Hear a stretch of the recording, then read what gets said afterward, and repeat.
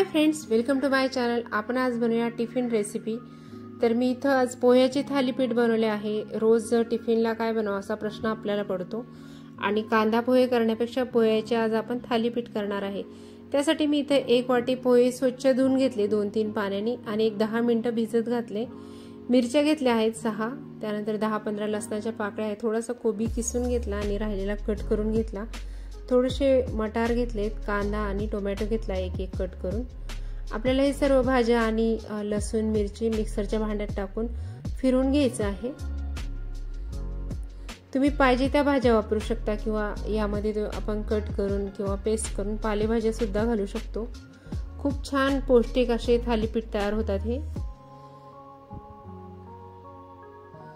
आणि जर मुलांना 2 टिफिन द्यायचे असेल तर एका टिफिन मध्ये भाजी पोळी दिल्यानंतर एका टिफिन साठी अशा प्रकारे पोह्याचे थालीपीठ अगदी पटकन होणारी रेसिपी आहे। टिफिन साठी बनवू शकता किंवा आपल्याला सकाळच्या नाश्त्यासाठी सुद्धा लगेच तयार होणारी रेसिपी आहे। त्यानंतर मी पोहे एका ताटामध्ये काढून घेतले आणि थोडंसं पाणी घालून याला व्यवस्थित एकजीव करून घेतलं। पोहे व्यवस्थित भिजले असल्यामुळे लगेच मिक्स होऊन जातात। थोडंसं पाणी घालायचं आणि मळून घ्यायचं हाताने व्यवस्थित।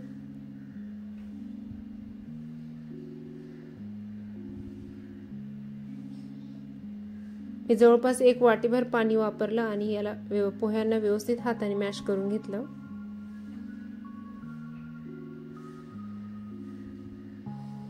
त्यानंतर यामध्ये मी बेसन पीठ घातलं आहे 2 चमचे आणि 2 वाटी गव्हाचे पीठ घातलं आहे।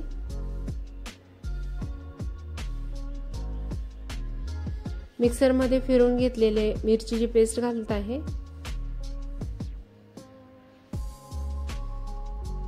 त्यानंतर आता टोमॅटो आणि कांद्याची पण आपल्याला पेस्ट तयार करून घ्यायची आहे। मिक्सरच्या भांड्यात घातले आणि यामध्ये थोडंसं पाणी घातलं आणि याची पण पेस्ट तयार करून घेतली। थोडं पाणी घालूनच मळायचं, कारण आपले पोहे ऑलरेडी ओलसर आहेत आणि पिठाला लागेल एवढंच आपल्याला पेस्ट तयार करायला लागते, त्यामुळे जास्त पाणी नाही घालायचं। त्यानंतर यामध्ये मी अर्धा चमचा हळद, 1 चमचा मसाला आणि अर्धा चमचा तिखट घातला आहे। व्यवस्थित मिक्स करून घेतलं आणि याचं कणिक हाताने व्यवस्थित एकजीव करून मळून घेतलं आहे।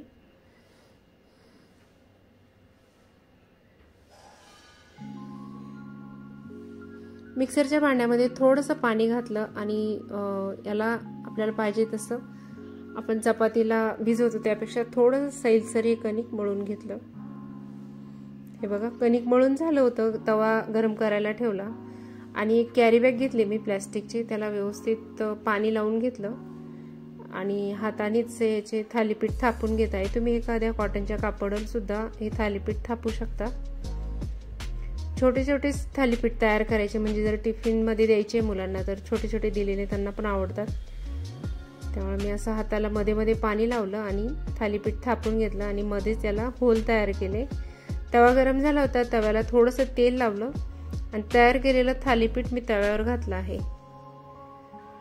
एक थालीपीठ भाजत आहे तोपर्यंत लगेच आपण दुसरं तयार करून घ्यायचं, कारण टिफिनला द्यायचं म्हटल्यावर सकाळी टाइमपास करून अजिबात चालत नाही। त्यामुळे पटकन तयार करायची, एक भाजते तोपर्यंत दुसरं तयार करून घ्यायचं। मस्त असं तेल किंवा तूप लावून खमंग थालीपीठ भाजून घ्यायचं। गॅसची फ्लेम लो टू मीडियम ठेवायची आणि दोन्ही बाजूनी खरपूस असं थालीपीठ भाजून घ्यायचं।